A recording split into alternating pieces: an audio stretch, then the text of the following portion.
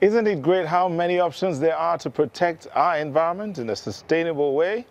In Germany, for instance, it's totally hip at the moment to grow your own vegetables. But many of these people who do this, especially those who live in the cities, don't actually own gardens. So they now have to pay someone who does have one to grow their fruits and vegetables, a kind of rental garden. How does it work exactly? Well, nowadays you can guess that there has to be an internet platform involved. But then, the people who are commissioning this growing are also learning to take responsibility for the crops. It's time for the potato harvest in Warnau, 2 hours' drive from Berlin.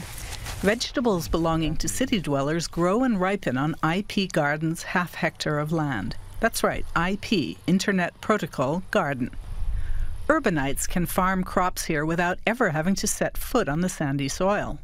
Gardeners on location take care of the dirty work. Each online farmer rents a 16-square-meter plot for €1 a day.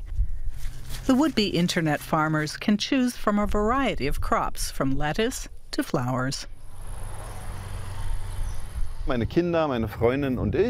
used to cultivate a plot of land with my family, but the problem was that we couldn't water it. During the week, we were in the city and only got out there on weekends. Then on the internet, I came across the Farmville simulation game where you plant and water and so on. And I knew I had to turn it into reality. IP Garden provides its remote farmers with a mass of data. Once a week, a drone even supplies aerial pictures. It gives users an overview of the state of their crops. Closed-circuit TV guards the farm around the clock. And each of the 56 individual plots is equipped with sensors. The measuring devices register moisture levels in the soil, exposure to sunlight, and air pressure.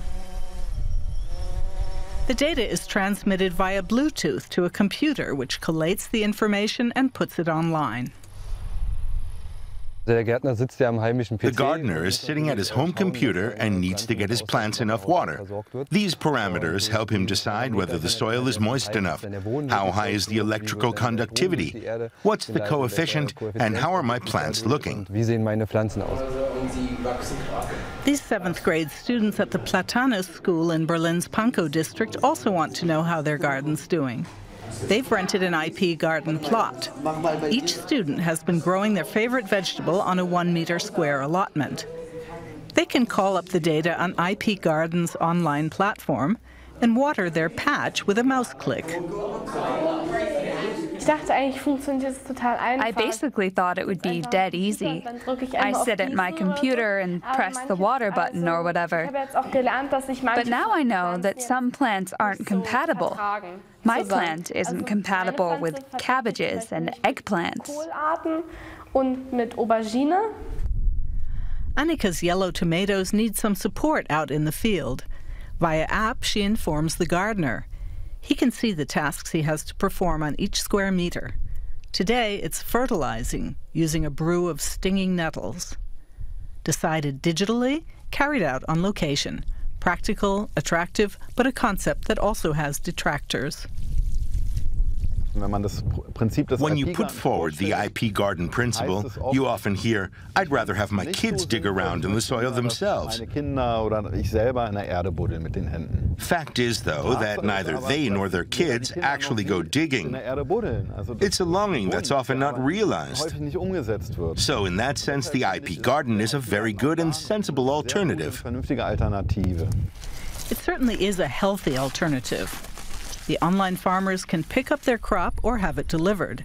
The surplus is donated to a Berlin homeless charity.